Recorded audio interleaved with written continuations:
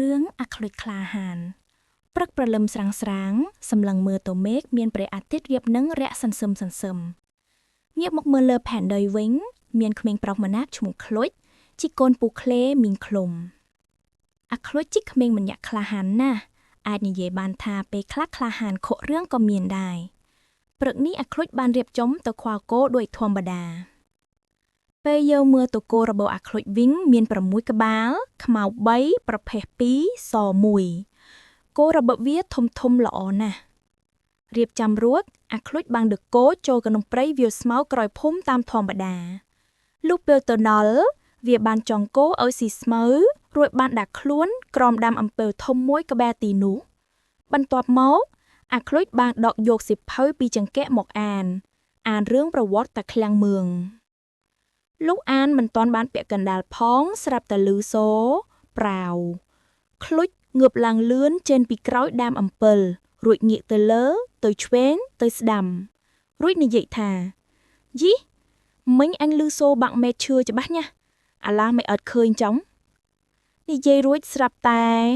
អាក្លុចហើយមើលអីហើយមិនបានមកចងគោនៅក្បែរនេះវិញអាក្លុចនិយាយបន្តចិត្តដើមអំពើនោះមែនអញឃើញវាធំបានអញមកហើយហែងទៅអីអាវ៉នហើយឯងទៅស៊ីបាយមួយអញហ្នឹងមកទៅហើយលើកក្រោយឈប់មកក្រោមដើមអំពើនេះទៀតដឹងអត់ក្មេងតូចថ្ងៃទី2អាក្លុចបានយកគោមកស៊ីស្មៅក្បែរក្រោមដើមអំពើនោះទៀតរួចនិយាយអាវ៉នវាកើតអីបានឲ្យអញមកក្បែរនេះអាហ្នឹងឃើញស្មៅកន្លែងនេះច្រើនណាបានឲ្យអញមកហ្មងនិយាយរួចក្លុចបានអង្គុយក្រោមដើមអំពិលអានរឿងដោយធម្មតាបានមួយសន្ទុះស្រាប់តែឮសំឡេងមីងឃ្លុំស្រែកហៅកូនប្រុសក្លុចហៅច្រើនដងណាស់ហៅឡើងគ្រលួចអាក្លុចមិនបានតបទេបានត្រឹមងាកករកមើលឆ្វេងស្ដាំរួចលួចឆ្ងល់ក្នុងចិត្តថានោះដូចសំឡេងម៉ែអញតែគាត់មកព្រៃនេះធ្វើអីហើយម៉ែដូចមិនដែលហៅអញផែមបែបនេះទេកន្លះយាមក្រោយមកអាក្លុចអាវ៉នយីអាប៉ាកាច់នេះវយអញហៅអត់ឆ្លើយទេហើយក្បាលរឿងទៀតម្សិលមិញអញប្រាប់វាក្រែងវាខ្លាចឥឡូវវាមកទៀតក្លុចប្រាប់ស្អីហ៎អញអត់ដឹងទេអីដែលបំពិលធំនេះអត់មានពីណាហ៊ានមកបេះផ្លែវាទេអញឮម៉ែគាត់ថាមានមនុស្សមកចងកងាប់នៅនឹងច្រើនណាស់មីងឃ្លុំអត់ប្រាប់ហែងទេខ្លាចអីហ៎រອບតែខ្មោចធួយថ្នាំត្រាំស្រាក្លែមសាច់ត្រីមិនបានផង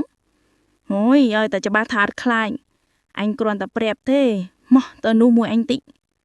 លុះមកងាកឡើងអាក្លុចបានសួរទៅមីងឃ្លុំនិងពូក្លេម៉ែឪថ្ងៃមិញអាវ៉នប្រាប់ឃ្មុំថាព្រៃវាលស្មៅក្រោយភូមិក្រំដើមអំពិលមានគេមកចងកងាប់ច្រើនណាស់ពូពិតអាតដោយក្រែងកូនខ្លាចពូក្លេបានប្រាប់ថាចេះតែជឿអាវ៉នអើយអត់មានខ្មាច់ខ្នាយអីទេតែកូនឯងឈប់ទៅទៀតព្រោះទីនោះមានពស់ធំណាស់តែប្រហែសអាចនឹងខ្សែសង្ខារដោយសារវាបានស្ដាប់ចប់អាក្លុចគិតថាពស់ក៏ដោយខ្មោចក៏ដោយខ្លាចអីលុះព្រឹកព្រលឹមព្រាលមនុស្សម្នាក់ទាំងឡាយគឺច្បាស់ណាស់កំពុងដេកលក់ស្រួលតែចម្លែកអីតាអាក្មេងក្លុចហ្នឹងវារៀបចំទៅខ្វល់គោទៀតហើយថ្ងៃនេះក្មេងក្នុងភូមិគ្មាននរណាមកខ្វល់គោទេក្រៅពីអាក្លុចដោយសារក្មេងទៅចូលរួមនឹងគោលការណ៍កូនលោកមេភូមិត្បិតអីអាក្លុចជាក្មេងអត់សូវខួលចិត្តមនុស្សច្រើនហើយល្ងាតម្សិលមិញមិនបានកាត់ស្មៃទុកទៀតដូច្នេះក៏សម្រេចទៅខ្វល់គោពេលព្រឹកហើយមកកម្មវិធីពេលល្ងាចវិញបើមើលទៅក្មេងក្លុចវាកើតអាការៈក្បាលរឹងទៀតហើយទាំងអាវ៉នទាំងពូក្លេមីងឃ្លុំប្រាប់វារួចហើយថាគុំទៅក្បែរដើមអំពិលធំនោះទៀតតែវាមិនស្ដាប់សោះពេលទៅដល់ភ្លាមវាក៏ធ្វើសកម្មភាពដូចធម្មតាអានសៀវភៅមិនបានប៉ុន្មានមកក្លុចក៏បានដេកលក់ទៅសូមដកឃ្លាចេញពីក្មេងក្លុចមួយអន្លើសិនបានអ្នកដែលស្រឡាញ់ព្រៃព្រឹក្សាណាបានទៅដល់ទីនោះគឺពេញចិត្តម្ដងស្មៅដុះឡើងក្រាស់ដែលជាទីចំអែតដល់សត្វគោនិងទីជម្រកដល់សត្វដែលតាំងទីជម្រកលើដីងាកទៅលើវិញមានដើមឈើធំស្របជារដូវវស្សាផងនោះស្លឹកឈើឡើងខៀវស្រងាត់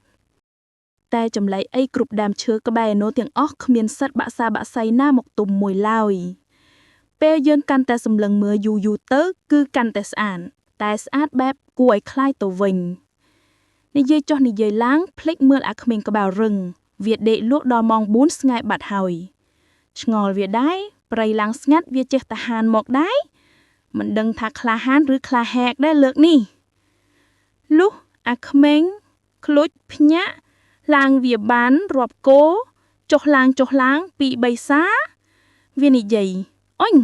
គោអញបាត់មួយបាត់អសទៀតបាងរកអត់ខឹងដឹងតែអៅវៃឲ្យអញ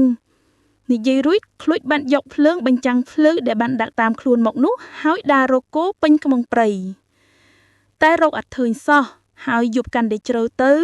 អាខ្លួចមួម៉ៅណាស់ណាមួយឃ្លានផងខឹងនឹងគោផងព្រៃស្ងាត់ទៀតដែលធ្វើឲ្យចិត្តវាកាន់តែក្តៅលុះដើរចុះដើរឡើងខ្លួចមិនបានឃើញគោទេតែបែរជាឃើញក្មេងស្រីម្នាក់អង្គុយយំនៅពីមុខវាទៅវិញខ្លួចគិតខុនចិត្តមិនដឹងជាមនុស្សឬខ្មោចទេអញថាខ្មោចច្រើនជាងប៉ះអាណាមិនប៉ះចំអាខ្លុចត្រៀមតែធ្វើថ្នាំទៅខ្មោចនិយាយរួចខ្លួចបានសួរទីនាងតូចថាអេគនាងតូចមិនបានមកអង្គុយយំនៅនេះម្នាក់ឯងអត់ខ្លាចខ្មោចទេក្មេងតូចក៏និយាយបន្តខ្ញុំវង្វេងខ្លៅបងប្រុសបងជួយជូនខ្ញុំទៅផ្ទះបានទេខ្ញុំដើរអត់រួចទេបន្លាមុតជើង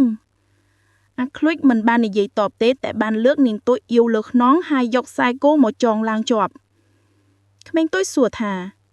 បងចងអីជិបបាញ់ម្លេះខ្ញុំរើអត់រួចទេខ្លួចតបខ្លាចធឿកបងឯងហ្នឹងណា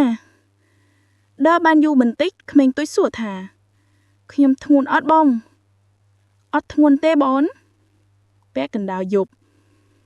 ខ្ញុំធ្ងន់អត់បងអត់ធ្ងន់ទេបងក្មេងតូចក៏បានវិវត្តខ្លួនคล้ายជាក្មេងធំលៀនភ្នែកលៀនអណ្ដាតឈាមហូរឡើងស្រស់ស្រាក់ដែលខំប្រឹងធ្វើយ៉ាងណាឲ្យអាខ្លុញខ្លាយតែអាខ្លួចវិញញញឹមតិចរួចនិយាយបែបសាបថាបញ្ចេញធាតឲ្យអស់ទៅបងខ្មោចប៉ះបងខ្លុចដងតែស្ពៃហើយបងខ្មោចក្មេងធំកាន់តែលងក្មេងខ្លុចកាន់តែសើចថែមទាំងនិយាយអញចិត្តបាំងថ្នាំត្រាំស្រាអើយព្រឹកអាទិត្យរះសន្សឹមធ្វើឲ្យក្មេងធំបុកពោះរួចស្រែកសុំដកលៀនខ្លួនទៅតែអាខ្លុចមិនធ្វើឲ្យដឹងដោយសុំអង្វរមិនបានហើយមេឃចិត្តភ្លឺទៀតនោះក្មេងខ្មោចក៏បានប្រែជាដើមឫស្សីមួយដុំតែដល់ផ្ទះអាខ្លុចបានប្រញាប់ទៅទិញស្រារួចចិត្តដុំឫស្សីខ្មោចនោះត្រាំស្រាបាត់ទៅចាប់តាំងពីពេលនោះមកខ្មោចព្រៀងទាំងឡាយខ្លាចរអាមិនហ៊ានលងអាខ្លួចទៀតទេហើយបានហៅអាខ្លួចថាមេថ្នាំខ្មោចអស្ចារ្យទៀតផងចប់